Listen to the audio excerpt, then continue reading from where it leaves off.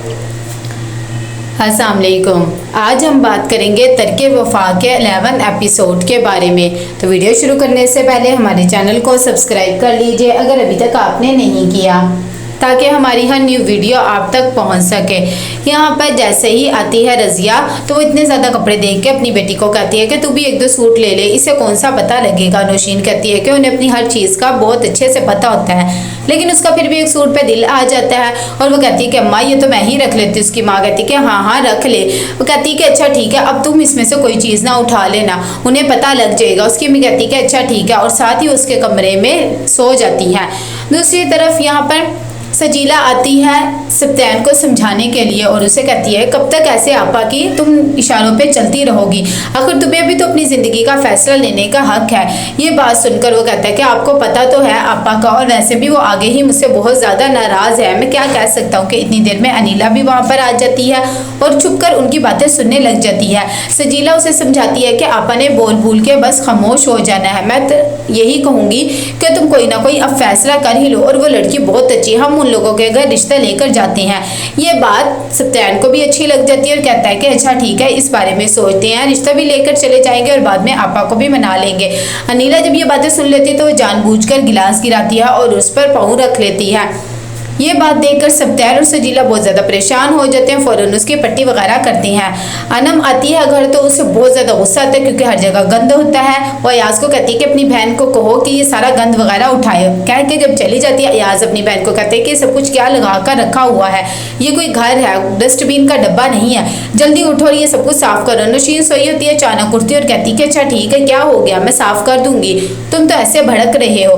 कि इतनी देर में जब अनम घर पहुंचती है अपने कमरे में तो उसकी सास वहां पर सोई होती है। वो उन्हें देख के भी बहुत ज़्यादा गुस्सा करने लग जाती है और कहती है कि इन्हें किसी की प्राइवेसी का कोई ख्याल है भी या नहीं है, ये मेरे कमरे में यहाँ पर क्या करिए, इन्हें फ़ौरन अभी के अभी घर भिजवाओ। अयाज भी मजबूर हो जाता है और वो अपनी माँ को कहता है कि मैं अभी कैब बुलवा रहा हूँ और किराया भी दे दूंगा, आप और अपनी बेटी को उठाओ और वहाँ पर घर वापस चली जाओ। जब उसकी माँ ये बात सुनती है तो उसके दिल पे बहुत ज़्यादा अफसोस होता है, कहती है कि आज मेरे बेटे ने मुझे बोझ कह दिया और मुझे कह रहा है कि यहाँ से जाओ। दूसरी तरफ मरियम के घर की लाइट गई होती है। जैसे वो नीचे आ रही होती है वो एकदम डर जाती है क्योंकि वहाँ पर उसका कज़न बैठा हुआ होता है। वो कहता है कि मैं तो लाइट गया था, नीचे आया था पानी पीने के लिए, इसीलिए यहीं पर आंख लग गई। कि थोड़ी देर में वहाँ पर कवल आ जाती है, कहती है कि एक तो भाई ने अपनी बेटियों की तरबियत बहुत ही नाजों से करी है, जाओ भाई जाकर ऊपर जाके सो जाओ। कि इतनी देर में अनम को कॉल आ जाती है घर से और उसे पता लग जाता है कि नीला आपा के पाँव पे चोट लग गई है। ये बात सुनकर वो गुस्सा करने लग जाती है और कहती है कि सोचा तो 2 दिन उनकी शक्ल नहीं देखूंगी, अब घर जाना पड़ेगा, जल्दी से तैयार हो जाओ। साथियों कहती मेरा एक जोड़ा भी नहीं है। यार जब ये बात सुनता है तो कहता है कि अच्छा ठीक है भाई, तुम्हें अब बोलने की ज़रूरत नहीं, मैं खुद ही ढूंढ लेता, तुम जाकर तैयार हो। कि इतनी देर में यहाँ पर फैज़ान ये सोच रहा होता है कि मैं तुम्हें बहुत ज़्यादा मोहब्बत करता हूँ मरियम, ये बात याद रखना। सप्तैन जब अगले दिन ऑफिस जाता है तो वो पूछता है कि आज भी मरियम आई है या नहीं आई है, तो उसकी पिया आके बताती है कि नहीं आज तो वो आई है। दूसरी तरफ अनिला बार बार घड़ी को देख रही होती है और साथ ही सजीला कहती है कि इतनी ज़्यादा मुझे दर्द हो रही है और सप्तैन देखो मुझे इस तरह छोड़कर चला गया, भला आज छुट्टी ही कर लेता। सजीला को गुस्सा आ रहा था और कहती कि आपकी हद हो गई है, वो छुट्टी क्यों कर लेते और घर आए भी किसके लिए, उनकी कौन सी शादी हुई है और बच्चे वगैरह यहाँ पर बैठे हुए हैं। कि एकदम यहाँ पर मरियम आ जाती है। सप्तैन कहता है कि सब ठीक तो है ना, आप मुझे बताएं आपके फैमिली में कौन सा इशू है। ये बात सुनकर मरियम कहती है कि मैंने छुट्टी की थी, कोई मसला ही था, लेकिन मैं आपको मसला बता देती हूँ ताकि ये ना हो कि कोई बात बने। वो उसे अपने प्रपोजल के बारे में भी बता देती है। जब सप्तैन ये बात सुनता है तो उसे बिल्कुल भी अच्छा नहीं लगता और वो बात को पलट देता और कहता है कि हमें एक विजिट के लिए जाना है और अभी जाना है। ये बात सुनकर मरियम फ़ौरन अपनी दादी को कॉल करती है और कहती है कि मैं लेट आऊँगी, आप संभाल लेना। उसकी दादी कहती है कि अच्छा ठीक है, तुम अपने खड़ूस बोस के साथ ही जा रही हो ना। मरियम कहती है कि मैं उनके साथ ही हूँ, ज़्यादा बात नहीं कर सकती, तो अभी फ़ोन रख देती हैं। कि इतनी देर में उसकी दादी की तबीयत बिगड़ने लगती है और देखते ही देखते वो बेहोश हो जाती है। दूसरी तरफ सप्तैन मरियम को जानने की कोशिश कर रहा था। वो कहता है कि आपको किस तरह का म्यूजिक पसंद है, आप गाने वगैरह सुन लेती है ना, आपकी फैमिली में क्या मसला हुआ है। मरियम से कहती है कि हाँ म्यूजिक तो मुझे हर तरह का ही पसंद है, लेकिन म्यूजिक हो शोर अभी वो दोनों बातें कर ही रहे होते हैं। कि सप्तैन उससे उसकी फैमिली के बारे में उसके बारे में और ज़्यादा पूछने की कोशिश करता है ताकि वो उसके बारे में जान सके।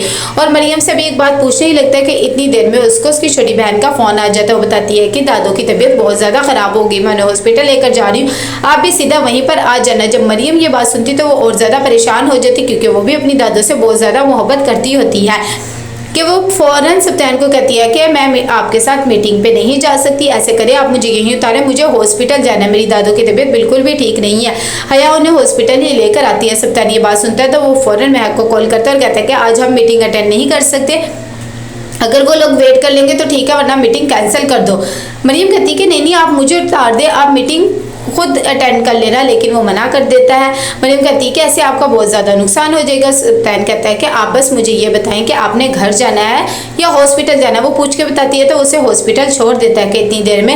हया जब मरियम को देखती है तो कहती है कि मैं तो दादू को फ़ौरन यहाँ पर ले आई थी, मुझे कुछ समझ नहीं आया, और फूफो और भाई का तो मुझे पता नहीं है, लेकिन अम्मी गई हुई थी। मरियम कहती है कि तुमने बहुत ही अच्छा किया जो दादू को यहाँ पर ले आई हो। इतनी देर में वो लोग अपनी दादू को देखने जाते हैं तो सब्तैन भी वहीं पर ही चला जाता है। मरियम कहती है कि ये सब कुछ क्या है, ये आपकी बदपरहेजी का ही नतीजा है जो आप सारा सारा दिन मोबाइल देखती है। उसकी दादू कहती है कि भी ऐसी बात बिल्कुल भी नहीं है, ये तो फजूल में इतनी छोटी सी बात का बड़ी बात बताती है, प्लीज़ डॉक्टर साहब आप मुझे छुट्टी दे दें। ये बात सुनकर हया उन्हें कहती है कि दादू ये कोई डॉक्टर नहीं है, बल्कि मरियम सर के बॉस सब्तैन है, ये हमारे साथ आए हैं। कि इतनी देर में सब्तैन भी उनसे बात करता है और कहता है कि आपको तो ये रूल्स फॉलो करने ही पड़ेंगे, और अगर जब तक मरियम नहीं कहेगी आपको छुट्टी भी नहीं मिल सकती है। कितनी देर में हया मरियम को बाहर लेकर आती है और कहती है कि आपके बॉस तो कितने अच्छे हैं और हैंडसम भी, मैं तो समझती थी क्योंकि खड़ूस सा होगा। मरियम कहती है कि हद हो गई है। दूसरी तरफ नजीब भी वहां पर पहुंच जाता है, वो भी सब्तैन का शुक्रिया अदा करता है कि आप इतनी जल्दी यहाँ पर सब कुछ आपने अरेंजमेंट कर ली है। दूसरी तरफ अनिला बहुत ज़्यादा परेशान थी, वो बार बार सब्तैन का ही पूछ रही थी और कहती कि अभी तक नहीं आया, मैं उसके साथ ही खाना खाऊंगी। सजीला कहती कि क्या हो गया भाई, वो काम पे जा रहे हैं, उन्होंने काम करना होता है, अब क्या बार बार उनके पीछे पड़ी होती है, बस चुपचाप बैठी रहे। और वो उसे समझाती है और कहती है उसकी शादी कर दे। अनिला भी कहती है कि हाँ ठीक है, मैं चाहती हूँ कि वो अपनी पसंद की ही ले आए ताकि कल को मेरे ऊपर ना डांट डाले। ये बात देखकर सब बहुत ज़्यादा नजीब परेशान हो जाता है क्योंकि इस हॉस्पिटल में सर्जरी मुमकिन नहीं होती है। सब इस बात को परेशान हो जाते हैं।